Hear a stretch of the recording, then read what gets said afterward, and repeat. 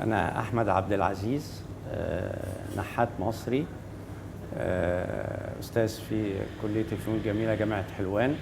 والحقيقة قطاع الفنون التشكيلية المصري كمسؤول عن كل فنانين مصر التشكيليين وكل الحالة الجمالية في مصر.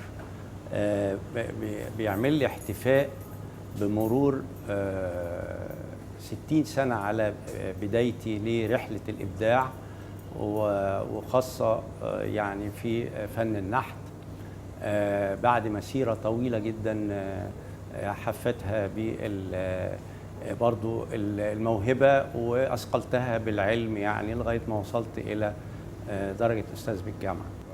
سعيد جدا جدا باستضافتي في برنامج جاليري حول العالم، برنامج مهم جدا لإتاحة الثقافة التشكيلية العالمية ويعني تقديمها للجمهور المصري والعربي.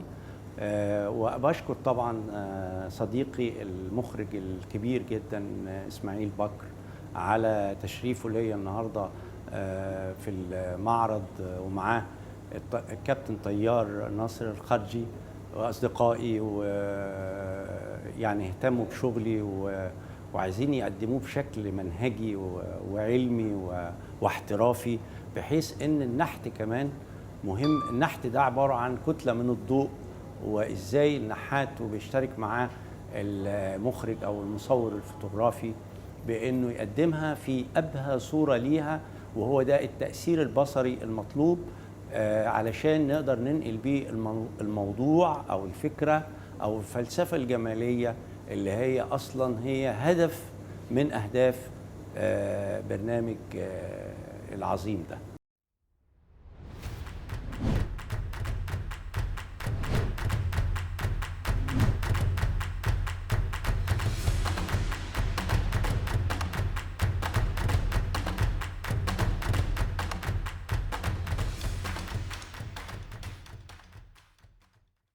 المعرض بتاعي الاستيعادي 60 سنة، 60 عام من الفن، بيقام في جاليري أو قاعات مركز الجزيرة للفنون التابع بالزمالك، التابع إلى قطاع الفنون وزارة الثقافة. والحقيقة أنا سعيد جدا بهذا الاحتفال والاحتفاء اللي هم فعلا عملوه لي باقتدار.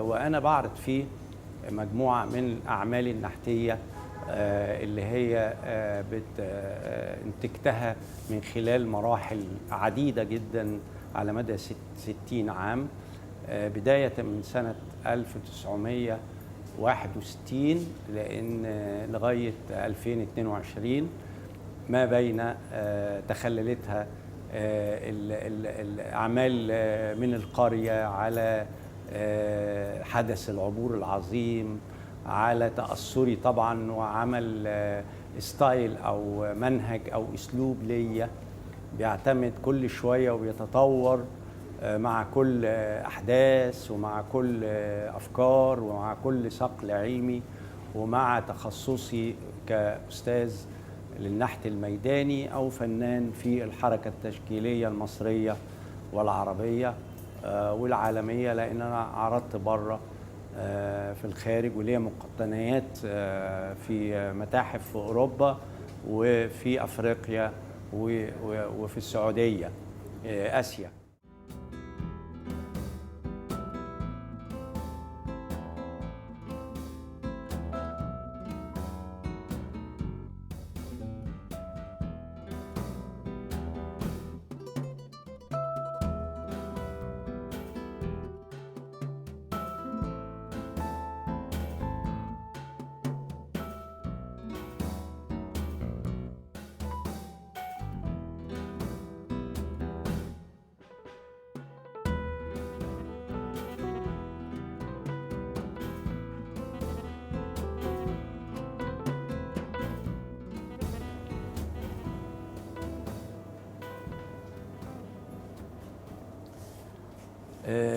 الحقيقة دي البداية الثانية اللي أنا بعتز بيها بتاعتي في رحلتي الإبداعية، لأن سنة 73 قبل حرب 73 كنت انا داخل على السنه اللي بعديها هبقى في البكالوريوس. كلنا بنفكر في ازاي نعمل فكره جديده لمشروع البكالوريوس، فكانش متاح ليا، وكنا طبعا ما قدامناش غير حرب الاستنزاف اللي انا رسمتها في اختبارات القدرات، اول اختبارات قدرات، ونجحت فيها ودخلت الكليه، وما بقاش قدامي غير يا حرب الاستنزاف، ودي يعني برضو كانت مقالمة المصريين ما بتشفيش غليلهم عشان يستردوا كرامتهم، او قدامي بقى موضوعات الريف او الحاره الشعبيه او الباليه او الرياضه او اي موضوعات اخرى انسانيه. فالحقيقه انا كنت قاعد مع والدتي الله يرحمها في البيت، هي بتعد فطار رمضان، وانا قاعد بدور بقى في الاسكتشات اللي انا عايز اعمل لها موضوع. وفي سكتشات عندي في البيت فيها الرياضه وفيها الحاره الشعبيه وفيها الحاجات دي. وفجاه والدتي دخلت عليا بتقول لي: يا احمد، جيش مصر عبر القناه. نطيت من الفرح وبقينا سعداء انا وهي جدا. و يعني قلت لها: الحمد لله انت بشرتيني بحاجه مهمه جدا، وهو ده هيبقى مشروع البكالوريوس بتاعي. فرحت معايا وكده، وقعدت تتفرج عليا وانا مسكت الورق وقعدت اعمل السكتشات دي. فانا النصر هو تخلص من الهزيمه. الفن البدائي فن فيه التخلص والاقتصار والاكتفاء، يعني تلاقي الناس كده عامله زي الرماح. فجربت كده ان انا اعمل الفيجرات، ما عجبنيش الاوضاع بتاعتهم، فقلت طبعا هرجع لغايه ما ادرس الحاله بتاعت الجنود الحقيقيين واقدر استلهم منها الحاله. عملت جنود بيعبروا الهضاب والجبال والطيارات ماشيه زي ما بسمع في الراديو، بس ما كانش في يعني لسه صور للتلفزيون جت.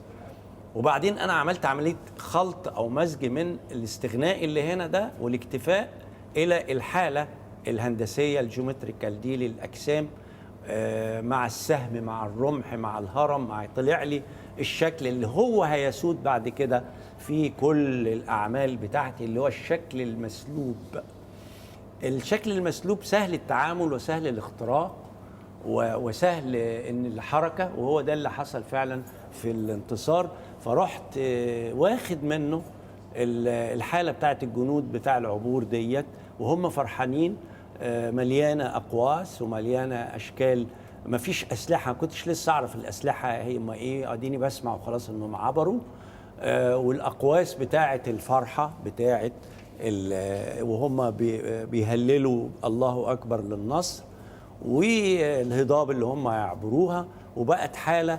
وده اتكبر وبقى مشروع البكالوريوس بتاعي اللي انا خدت فيه امتياز ممتاز مع السنوات وكده. وطبعا دخلت على الطياره اللي هي انسنت الطياره وخلتها بتقتنص او يعني الحاله بتاعه الانقضاض بتاع الطائره ده في الحرب. فحتى وانا بشتغل وهي لسه طينه يعني.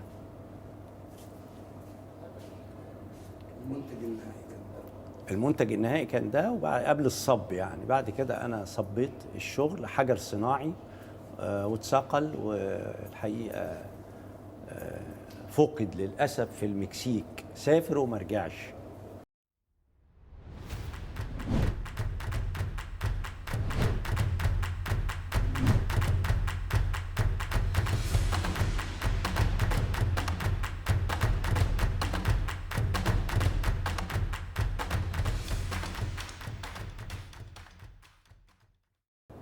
فكرة وأنا صغير كان والدي الله يرحمه والدتي والعيلة، احنا بقى نروح البلاد الرئيسية اللي هي الريف بتاعنا. والريف المصري في فترة الخمسينات والستينات كان في أوج جماله، وكل المناظر والنيل والبيوت والناس اللي عايشة جوه البيوت، وده موجود اهو. البيوت عبارة عن إنسان، والإنسان عبارة عن بيوت، في كل الحكايات والبنايات المعمارية الريفية اللي بالطين، الدهاليز والحواري والأشكال الريفية، وكل ده في شخص أو إنسان ممدد في البيوت الريفية بكل المعاني والحنايا والحنين اللي موجود والحب في القرية.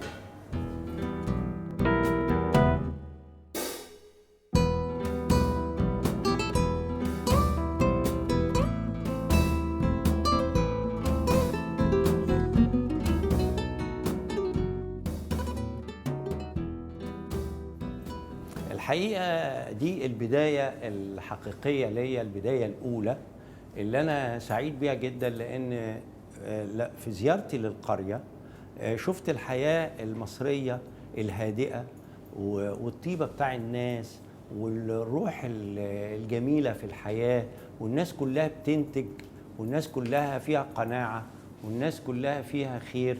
فالحقيقة ده مهد عندي الهدوء النفسي، وإن أنا أستطعم أو أتذوق، خليها أستطعم بقى الحياة الريفية الجميلة جدا. فابتديت سنة 61 أو 62 أعرف إن أنا عايز أسجل الحاجات الجميلة الحلوة دي. فده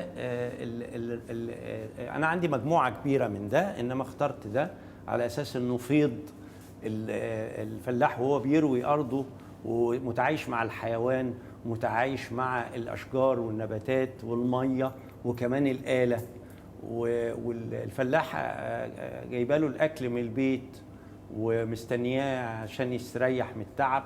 والحقيقة فكرة هنا بقى إن أنا بقيت الفكرة البناء اللوحة أو العمل ما بين الدايرة وما بين الهرم وما بين المربع وما بين التيوب ده. يعني ده إحساس بأنه جايب المية من هنا، الخط الأفق مش عارف أنا حاطه إزاي. إذا الريف هو علمني، أو المنظر الريفي مش منظر مسطح. أنا حبيت أعمل المنظور ده عشان أقول إن الريف فيه جميع المكونات اللي ممكن ناخد منها عشان نعمل الفنون الحديثة، والرؤية دي هي اللي هتنعكس بعد كده في أعمالي النحتية. سنة 60 الحقيقة كانوا ابتدوا يعملوا، كان بيتنا على النيل في مدينة شبين الكوم.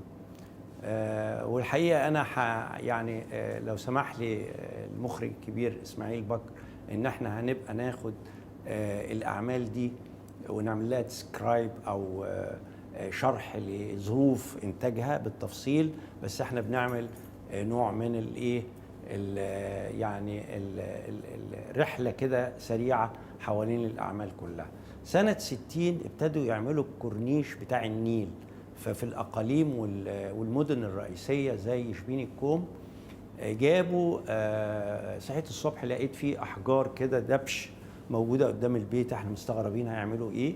فعرفنا بعد كده إن هم يدبشوا شط النيل عشان يبنوا كورنيش النيل.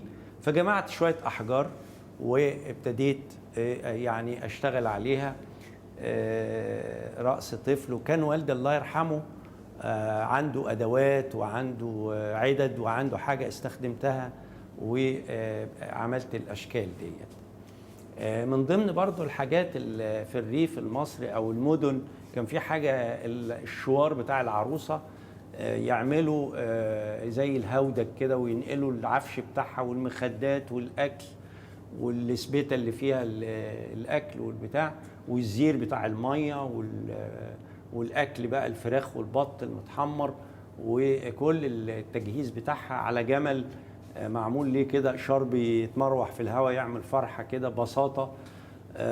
فالحقيقة كان ليا أختي الكبيرة يعني ورتني إن ده ممكن يبقى مش باللون، بالقماش، كولاج. ما كنتش أعرف كلمة كولاج. فجبنا شوية قماش من البيت، كان كل بيت بيبقى فيه مكنة خياطة وقصاقيس، وقعدت أقلد كده جمل على الحيطة واصلح واعمل بالقلم عشان في حاجات مرسومة اهي، ونقص ونلزق بالنشا اللي كانت عملته مامتي الله يرحمها عشان الصمغ كان هيبقع. فقالوا لي لا النشا أحسن عشان مش هيبقع. فالحقيقة دي لوحة بعتز بيها جدا جدا جدا ولها ذكريات جميلة معايا. دي السمكة برضو حجر. هنا يعني هبتدي بقى نقف وقفات على صلة برضو العبور وتأثيره عليا. حرب العبور دي عملت يعني نقلة جامدة جدا عندي في الأفكار. مش لازم الحرب، لا، يعني أنا العبور عمل عندي حالة إيه؟ حالة عبور الحاجز. كلنا في الحياة، الشعوب والإنسان عايزة تعبر من حالة إلى حالة، حالة الهزيمة إلى النصر، حالة اليأس إلى التفاؤل، حالة السكون إلى حالة الحركة، حالة الحرب إلى حالة السلام. وبيشارك الإنسان في الرحلة الجميلة دي الطائر اللي هو قدره، أو أي حاجة تهمه، أسراره، أمنياته. أنا يعني مش لازم يكون ده معنى الطائر، إنما هو رحلة. حتى بالنسبة للفن المصري القديم، فكرة رحلة الإنسان إلى الآخرة أو العالم الآخر كانت كلها فكرة الانتقال من حالة إلى حالة. هو العبور عمل لنا حالة التفاؤل دي، عبرنا من الهزيمة إلى التفاؤل، مش إلى النصر بس، إلى الأمل في بناء مصر الحديثة اللي احنا عايشينها دلوقتي. ففكرة الانتقال من وراء الحاجز إلى أمام الحاجز هي فكرة مستلهمة الحقيقة أثرت فيا، وده اللي خلاني بعد كده هعمل في حاجة في الفن التجريدي اسمها مش التبسيط ولا التحوير، لا، في حالة أخرى اسمها التحويل. وكل حالة من الحالات دي هي حالة مهمة جدا في بناء الشكل، لأن بعد كده هيمتزج الأفكار والرؤى بالعلم. يعني مكنتني بقى الدراسات في الماجستير والدكتوراه ولغاية الأستاذية إن أنا أجري وراء تفسير هذه المصطلحات اللي هي سبب في تطور شكل المنحوتة مش التمثال. فده مهم جدا.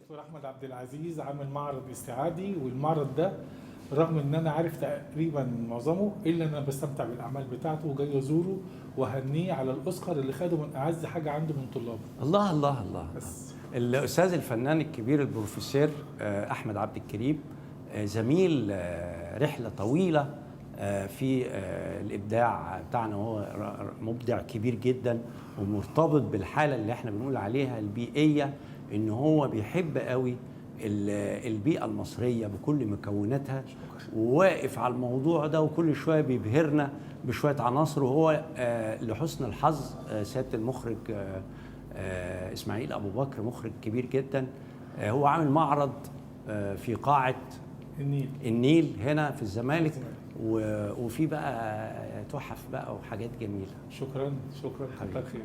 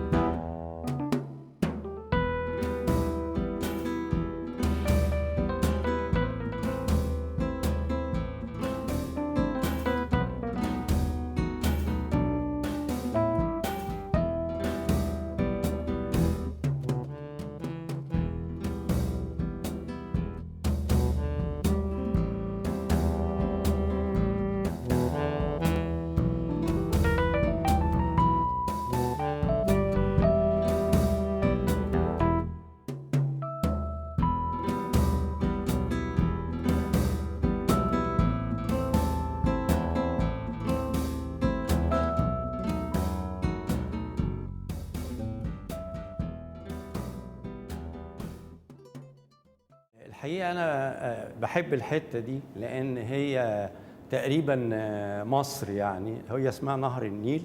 بس أنا لما جيت أعمل نهر النيل عملته مش هو المية بس، الناس مفكرة النيل هو المية، لا، النيل هو حجر مصر كلها، بالشطوط، بالمياه، بالناس، بالمراكب، بالطيور، بقدس، بالقبلة أو الوقار بتاع الحنيات اللي موجودة في الريف، والسلام بتاع العمارة الريفية والشبابيك بتاعتها اللي بيسكنها الحمام، والسمك الخير اللي عايم في حجرها، والمراكب اللي هي شايلة، يا ترى دول ناس المراكبية، الناس الأقدار رايحين للقدر بتاعهم اللي هو إيه؟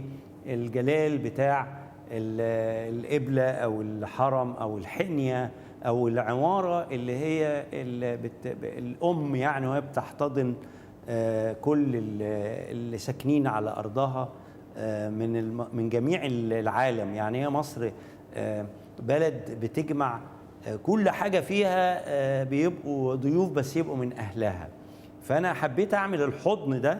وكان زمان أنا شفت ده أيام النيل فيضان وأنا صغير، شفت إن الناس وهم لما النيل بيجيب الطمي كانوا بيطلعوه على الشط من هنا ومن هنا، يعملوا بيه جروف كده عشان النيل ما يتردمش من جوه. وده بعد كده يستخدم في الغيطان، يترش في الغيطان ويخص بالارض يعني. فانا حتى في التكاشر اللي انا بعملها هي عباره عن جرف الطمي بتاع النيل على الشطين، وبيوسع، وعمل حضن كده، وعمل يعني عماره جميله من الاحتضان والحميميه والحب والخصوبه كمان يعني. فده نهر النيل في بنائية جديدة من البيوت الريفية المصرية الأصيلة يعني. هنا ده الحلم، أي شكل فيه امتداد هو فيه الموت أو النوم أو الحلم. فأنا اخترت مفهوم الحلم.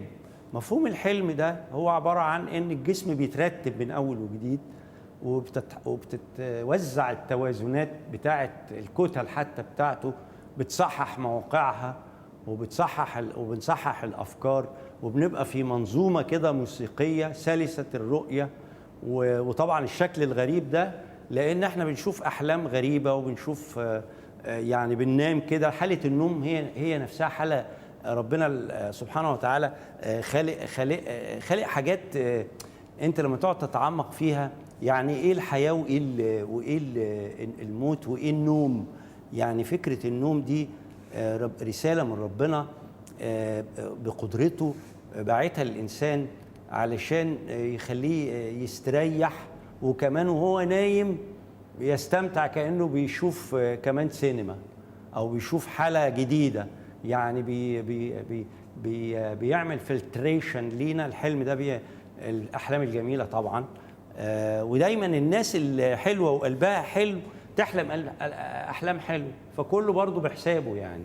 فده معنى الحلم يعني.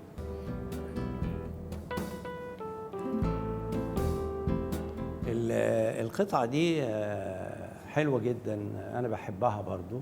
كنت سافرت بعد ما خدت جايزه بناء للقاهره، المركز القومي للفنون التشكيليه كان ده الاسم القديم بتاعه، بعتني في سيمبوزيوم. يكاد يكون ان انا اول واحد يعني ترشح في السيمبوزيوم بره، قبل ما كلمه السيمبوزيوم دي، الكلام ده كان سنه اوائل 87.